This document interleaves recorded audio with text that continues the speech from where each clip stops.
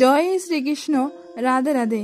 নমস্কার প্রিয় বন্ধুরা, ভক্তি ক্রিয়েশন চ্যানেলে আবারও নতুন একটা পর্বে আপনাদের সবাইকে স্বাগত। বন্ধুরা, জ্যৈষ্ঠ মাসের প্রতি মঙ্গলবারে পালিত হয় মঙ্গলচণ্ডী ব্রত। মা মঙ্গলচণ্ডীর সাপ্তাহিক পূজা হয় পুরো জ্যৈষ্ঠ মাস ধরে।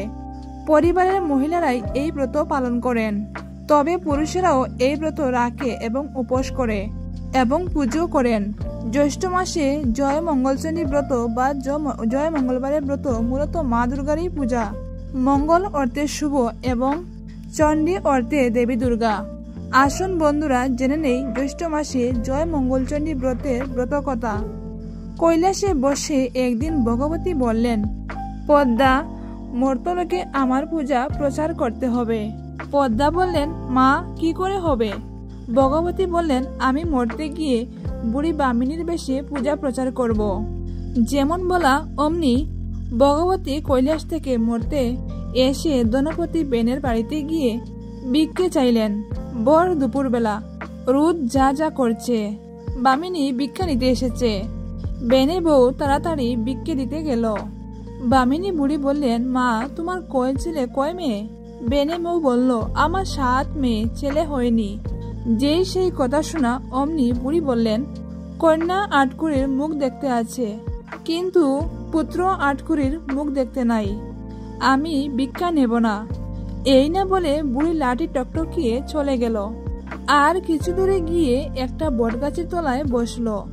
এইদিকে বেনে বউ সেই কথা শুনে আছাড় গিয়ে পড়ল আর কাঁদতে লাগলো।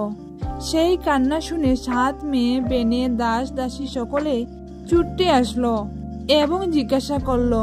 তখন বেনে বউ বুড়ির সব কথা বলল। বেনে তখন বুড়িকে খুঁজতে বের হলো। এদিক ওদিক খুঁজতে খুঁজতে বেনে দেখলো বট গাছের নিচে বুড়ি ঠেস দিয়ে বসে আছে। বেনে অমনি বুড়ির পা দুটি জড়িয়ে ধরে বললে, মা, তুমি আমার বউয়ের হাত থেকে ভিক্ষা না নিয়ে চলে এসেছো, তা মা দয়া করে আমার ছেলে হবার উপায় বলে দাও। বুড়ি বললেন, আমি বুড়ি মানুষ, কি উপায় বলবো বল?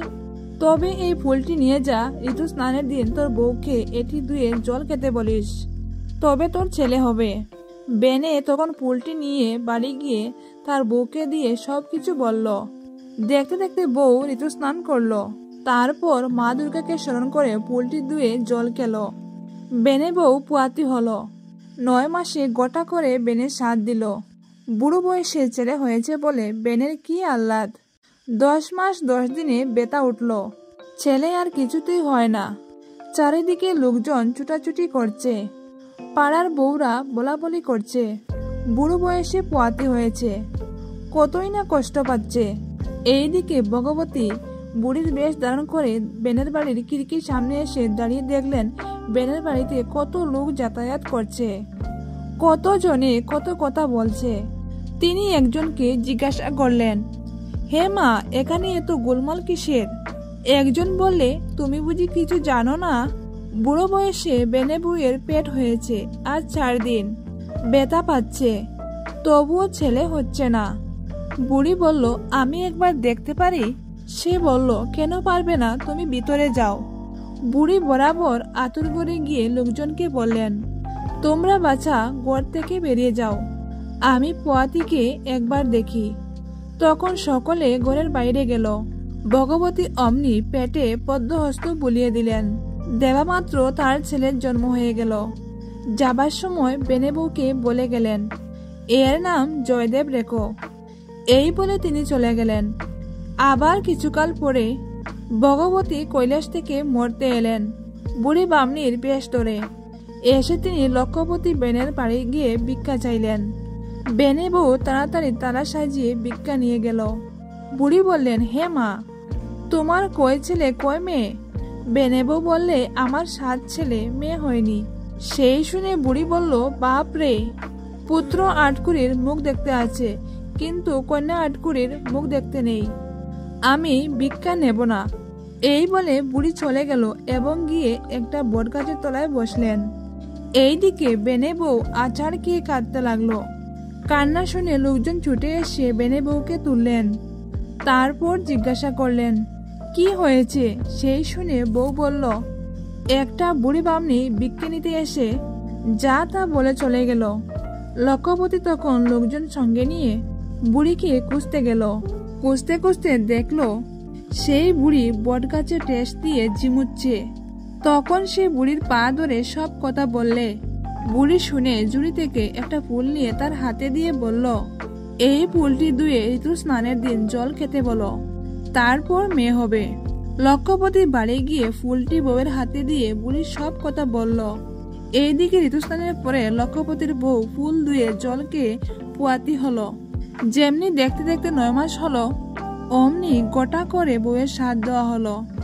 তারপর 10 মাস 10 দিনে বউয়ের প্রসব ব্যথা উঠল। কষ্ট পেতে লাগলো সে। কত দায়ী এলো, কত কবিরাজ এলো, কিন্তু কিছুতে কিছু কেউ করতে পারে না। এদিকে ভগবতী মরতে এলেন। তিনি লক্ষ্যপতি বেনের খিড়কির ধারে গিয়ে বললেন, বাচ্চা তোমরা এখানে কোথায় গিয়েছিলে? তারা বলল, লক্ষ্যপতি বউয়ের প্রসব ব্যথা উঠেছে, তাই আমরা দেখতে গিয়েছিলাম। বুড়ি বললেন, হে বাচ্চা, আমি কি একটু দেখতে পারি? তারা বলল, হ্যাঁ নিশ্চয়ই পারবে, তুমি যাও ভিতরে গিয়ে দেখে এসো। বুড়ি তখন বরাবরই আতর করে গিয়ে দেখলেন ঘর ভর্তি লোক। বুড়ি বললেন, তোমরা সব একটু বাইরে যাও, আমি একটু দেখি। বুড়ির কথা শুনে সকলে বাইরে গেল। তখন বুড়ি পোয়াতির পেটে পদ্মহস্ত যখনই বুলিয়ে দিলেন, অমনি বেনের বউয়ের একটি মেয়ে জন্ম নিল। মেয়েটি কলকল করে হেসে উঠল। তাই দেখে বুড়ি বলেন, এই মেয়ের নাম জয়াবতী রেখো। এই বলে বুড়ি চলে গেলেন। দেখতে দেখতে দিনের পর দিন, মাসের পর মাস, বছরের পর বছর, 7 বছরের হলো জয়াবতী। পাড়ার সব মেয়েদের নিয়ে পুকুর পাড়ে কাঁঠাল পাতা, দুব্বা, বেল পাতা, বনের ফল ফুল আর বালির নৈবেদ্য সাজিয়ে মা মঙ্গলচণ্ডীর পূজা করছে। সেই সময় জয়দেবের একটা পায়রা উড়ে গিয়ে জয়াবতীর কোলে বসলো। আর জয়দেবও ছুটে এসে জয়াবতীকে বললেন, পায়রাটা আমাকে দাও। অমনি জয়াবতী বলে উঠল, বা আমার কোলে উড়ে এসে বসলো, আমি তোমায় কেন দেব? জয়দেবও ছাড়বার পাত্র নয়। শেষে অনেক তর্ক বিতর্ক করে পায়রা নিয়ে জিজ্ঞাসা করলো, এ তোমরা কি করছো? জয়াবতী বলল, মা মঙ্গলচণ্ডীর পূজা করছি। জয়দেব বলল, এই পূজা করলে কি হয়? জয়াবতী বলল, হারালে পায় মনে জয়, পাড়ায় কাটে না, আগুনে পুড়ে না, জলে ডুবে না, সতী মেয়ের গড় হয়, রাজা মূলে রাজা পায়। এই কথা শুনে জয়দেব পায়রা নিয়ে বাড়ি এসে গুসা করে ঘরে ঢুকলো। বেলা দুপুর হলো, ছেলে এখনো নাইলো না, খাইলো না, কোথায় সে? তখন বেনে বউ চারদিকে খুঁজলেন। তখন দেখলেন ছেলে গুসা করে ঘরে শুয়ে আছে। তখন তিনি ঘরে গিয়ে ছেলের মাথায় হাত বুলিয়ে কত আদর করলে এবং জিজ্ঞাসা করলেন, অসময়ে এমন করে শুয়ে কেন বাবা? জয়দেব বলল।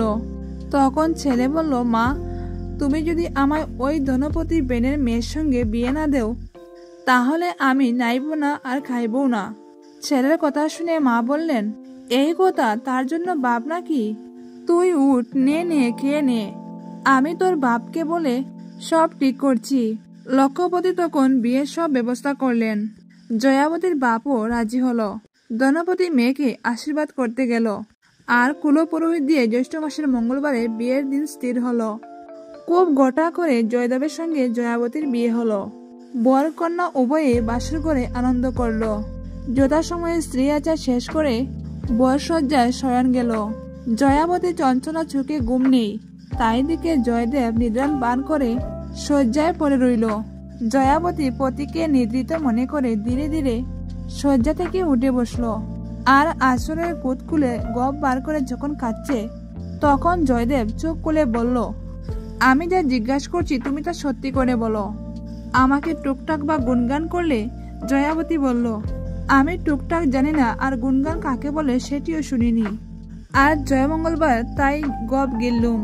জয়দেব জিজ্ঞাসা করলো, এই পুজোর ফল কি? জয়াবতী বলল, এই পুজোর ফল অনন্ত। বিয়ের আগেই আমি তোমাকে বলেছিলুম। পরের দিন সকালে 7 ডিঙ্গা নানা ধনরত্নে পূর্ণ হলো। কাঠ, বিছানা, স্বর্ণ, রূপোর তৈরি জিনিসপত্র কতই না ছিল। বর কনেকে বিদায় দিতে হবে। লক্ষ্যপতি মেয়ের সর্বাঙ্গ হীরের অলঙ্কারে মুড়ে দিল। কিছু জলযুগের পর বরবধূ বিদায় নিয়ে ডিঙ্গিতে চড়ে যাত্রা শুরু করলো। ডিঙ্গি ছাড়লো অসীম অনন্ত জলরাশি, ঢেউয়ের পর ঢেউ, যেদিকে চাও কুল কিনারা নেই এবং অনন্ত জলরাশি হু হু করছে।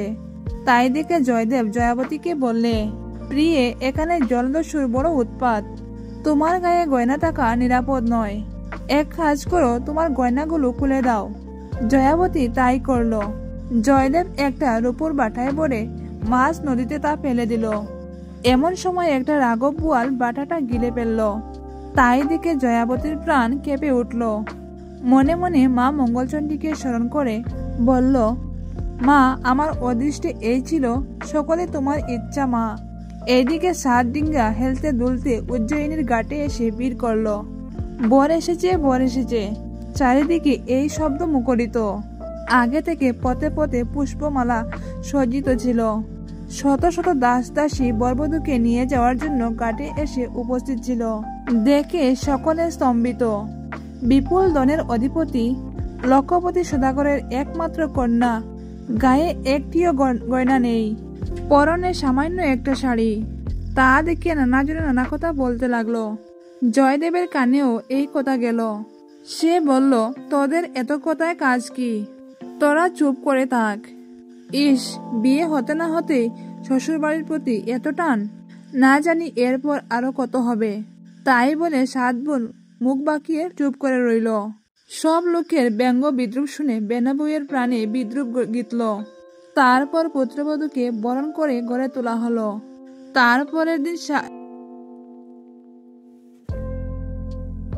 তারপরের দিন ছিল বৌভাত। আশেপাশের অনেক গ্রামের লোক নিমন্ত্রিত ছিল। ছেলেদের মাছের ফরমাশ দেওয়া হলো। সকলেই খালি হাতে ফিরে এলো। বেনে এর কারণ জিজ্ঞাসা করলো। তারা বলল, হুজুর, আমরা যেখানে যত জলাশয় ছিল সবকিছু তন্ন তন্ন করে খুঁজেছি, তন্ন তন্ন করে জাল ফেলেছি, কিন্তু একটিও আঁশ পাওয়া গেল না। সেই কথা শুনে জয়াবতী ননদদের দিয়ে ডেকে পাঠালো সাগরে জাল ফেলতে, এবং সেই কথা মতো জেলেরা সাগরে গিয়ে জাল ফেলতে 7 হাত লম্বা সেই রাঘব বোয়ালটি জালে আটকে গেল। জেলেরা সেই মাছ এনে দিল। সকলের আনন্দের সীমা ছিল না। দাসীরা মাছ কুড়তে গেল, কিন্তু মাছের গায়ে বটি বিঁধল না। তখন জয়াবতী তার ননদদের জানালো, মাকে বলো কাপড়ের একটা কান্ডার করে দিক, আমি তার মধ্যে বসে মাছ কুটে দেব।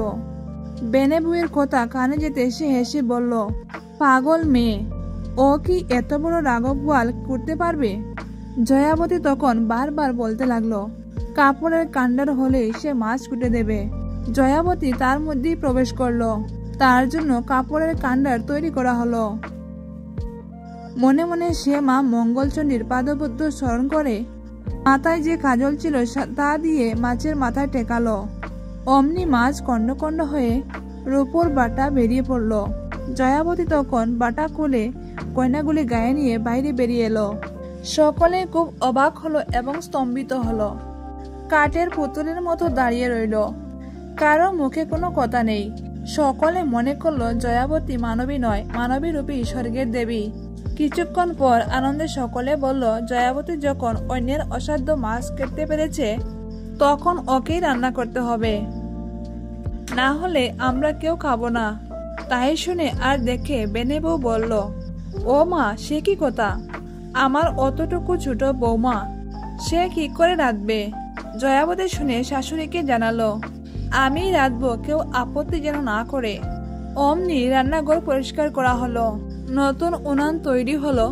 সমস্ত আয়োজন ঠিক করে জয়াবতী রন্ধনগৃহে প্রবেশ করে মা মঙ্গলচণ্ডীকে স্মরণ করল।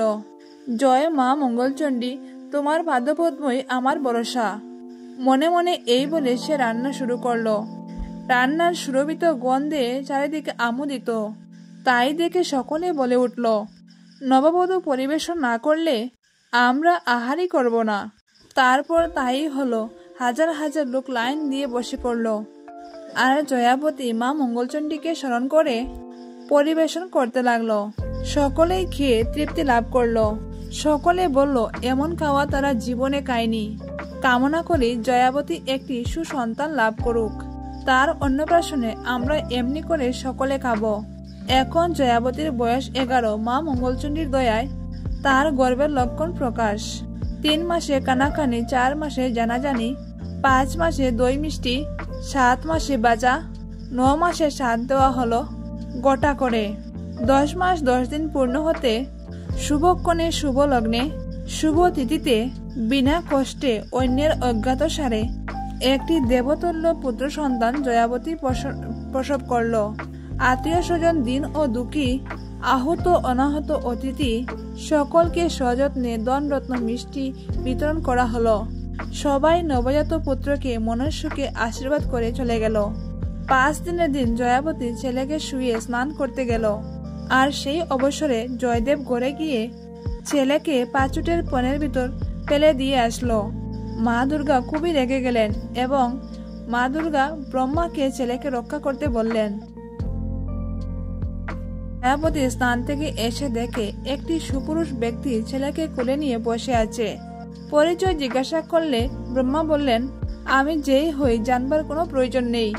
ছেলেকে একা রেখে গিয়েছিলে, কখন কি বিপদ ঘটে এই আশঙ্কায় আমি ছেলেকে রক্ষা করেছি। এখন তুমি তোমার ছেলেকে নাও বলে ছেলে দিয়ে চলে গেল। 6 দিনের দিন আবার জয়াবতী ছেলেকে শুয়ে দিয়ে স্নান করতে গেল। আর জয়দেব ছেলেকে আবার গরুর পায়ের নিচে গিয়ে রেখে আসলো। ভগবতী সব জানতে পারলেন এবং সেই মুহূর্তে গরুর পায়ের থেকে ছেলেকে নিয়ে তিনি বসে রইলেন। জয়াবতী ফিরে এসে দেখে বলল, কে মা তুমি? ছেলেকে কুলে নিয়ে বসে আছো? ভগবতী বললেন, তুমি ছেলেকে একা রেখে চলে গেলে, তাই বিপদের আশঙ্কায় আমি ছেলেকে নিয়ে বসে আছি। তোমার ছেলেকে তুমি নাও বলে ছেলেকে দিয়ে তিনি চলে গেলেন। আজ আর দিন, তাই ছেলের কল্যাণে 8 কৌড়ে হবে। আজ জয়াবতী তেল মেখে স্নান করতে গেল। আর জয়দেবও ছেলেকে নিয়ে হাতির পায়ের তলায় রেখে আসলো। এদিকে মা ভগবতী সব জেনে হাতিকে বলে পাঠালেন যে সুর দিয়ে পিঠে করে ছেলেকে রক্ষা করতে। জয়াবতী স্নান শেষ করে এসে দেখলেন ছেলে হাতির পিঠে খেলা করছে। তাই দিকে জয়াবতী জিজ্ঞাসা করলেন, কে তুমি? হাতি রূপে আমার ছেলেকে রক্ষা করছো? হাতি বলল, তোমার ছেলে একা ছিল তাই ওকে রক্ষা করছি। এখন তুমি তোমার ছেলেকে নাও। এই বলে ছেলেকে দিয়ে হাতি বনের দিকে চলে গেল। আজ 9 দিন ছেলেকে শুয়ে জয়াবতী স্নান করতে গেল। আর জয়দেব ছেলেকে নিয়ে গিয়ে অশ্বিনীর পদতলে রেখে আসলো। আর তখন ভগবতীর আদেশে অশ্বিনী ছেলেকে খুলে নিয়ে দাঁড়িয়ে রইল। জয়াবতী স্নান করে এসে ফিরে দেখলো ছেলে অশ্বিনীর পিঠে খেলা করছে। সে জিজ্ঞাসা করলো, কে তুমি?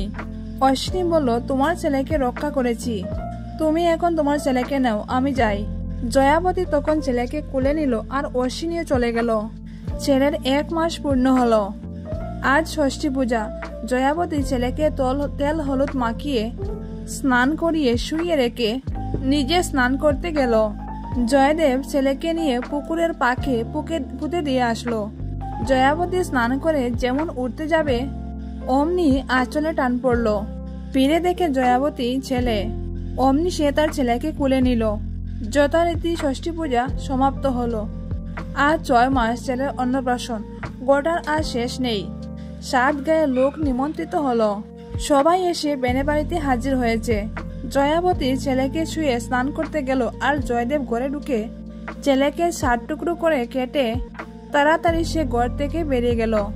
এদিকে ভগবতী রেগে রুষ্ট হয়ে গেলেন। তিনি তখন অমৃত কুণ্ডের অমৃত নিয়ে বেনে বাড়ি গিয়ে ছেলের কাটা অঙ্গে ছিটিয়ে দিলেন। ছেলে অমনি জীবিত হয়ে উঠল। আর ভগবতী ছেলেকে কোলে নিয়ে বসে রইলেন। জয়াবতী স্নান করে এসে ভগবতীকে দেখে জিজ্ঞাসা করলেন, তুমি কে মা? ভগবতী বললেন, আমি যেই হই তোমার ছেলে নাও। এই বলে জয়াবতীর কোলে ছেলে দিয়ে চলে গেলেন। জয়দেব ঘরে এসে বললেন, জয়াবতী তোমার ব্রতের সবগুলি তো ঠিক হলো, কিন্তু একটি তো হলো না। জয়াবতী বলল, সময় হলেই হবে। কিছুদিন বাদে সেই দেশের রাজা মরে গেল। রাজা শ্বেতহস্তি রাজা খুঁজতে বের হলো। বেরিয়ে জয়দেবকে দেখতে পেয়ে সুরে করে পিঠে নিয়ে সিংহাসনে বসিয়ে দিল। জয়দেব রাজা হলো আর জয়াবতী রানী হলো। তারপর সুখে স্বাচ্ছন্দ্যে ঘর সংসার করতে লাগলো। আর মা মঙ্গলচণ্ডীর পূজা চারিদিকে প্রচার হলো। কিছুদিন রাজ্য করবার পর ছেলে মেয়েকে বিয়ে দিল। তারপর স্বর্গ থেকে রথ এলো, জয়াবতী এবং জয়দেবকে রথে নিয়ে চলে গেল।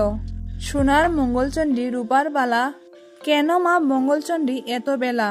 হাসতে হাসতে তেল হলুদ মাখতে, সাদা শাড়ি পরতে, আঘাত কাত করতে, অপদ পদ করতে, চোরের বন্ধন কুচাতে, অবিবাহিতের বিয়ে দিতে, নির্ধনীকে দন দিতে, আকুতির কুদ দিতে, কানাকে চুক্কো দিতে, অন্ধের নাভি দিতে, অরাজককে রাজ্য দিতে। তাই হলো এত বেলা। এই মন্ত্র 3 বার বলে প্রণাম করে তারপরে গপ খেতে হয়। অতঃপর জয় মঙ্গলচণ্ডীর ব্রতকথা এখানেই শেষ।